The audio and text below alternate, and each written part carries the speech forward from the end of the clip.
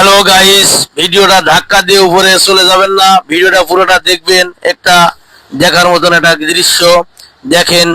জামাই সরকারি চাকরি করে, সেনাবাহিনীর চাকরি করে।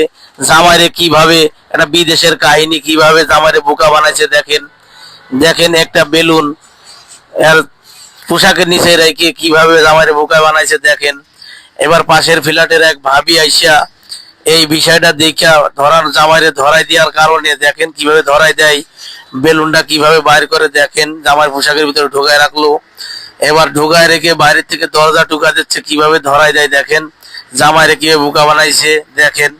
এই যে কিছুক্ষণ পরে ওনারা জামাই বউ দুইজন ঘুমাইতেছে, ঘুম ভাঙার পরে এবার বউটা দেখেন কিভাবে তার বেলুন খুঁজে পায় না।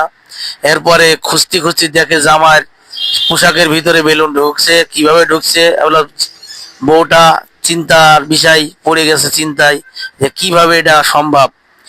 দেখেন কিভাবে ধরাই দিছে দেখেন। দেখেন পাশের ফ্ল্যাটের ভাবি এবার দরজা টুকা দিচ্ছে যে ঘুমদের থেকে জাগানোর লেগে জায়গায়। এই তো মনে করেন হুতাশ, বেলুন খুঁজে পায় না। এই দেখেন কিভাবে জামাইরে বোকা বানাইছে দেখেন। এটা বিদেশের একটা কাহিনী।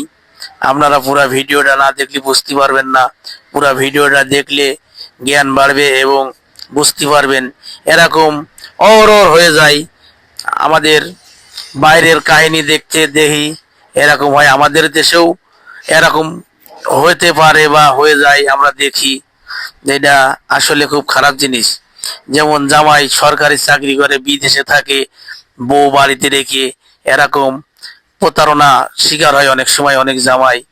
যেটা বাইরের এই দেশে দেখা আমরা বুঝতে পারলাম যে আসলে বিষয়টা ভাবানোর বিষয়। দেখেন কিভাবে এই জিনিসটা, এই দেখেন খুঁজে পাইছে দেখেন।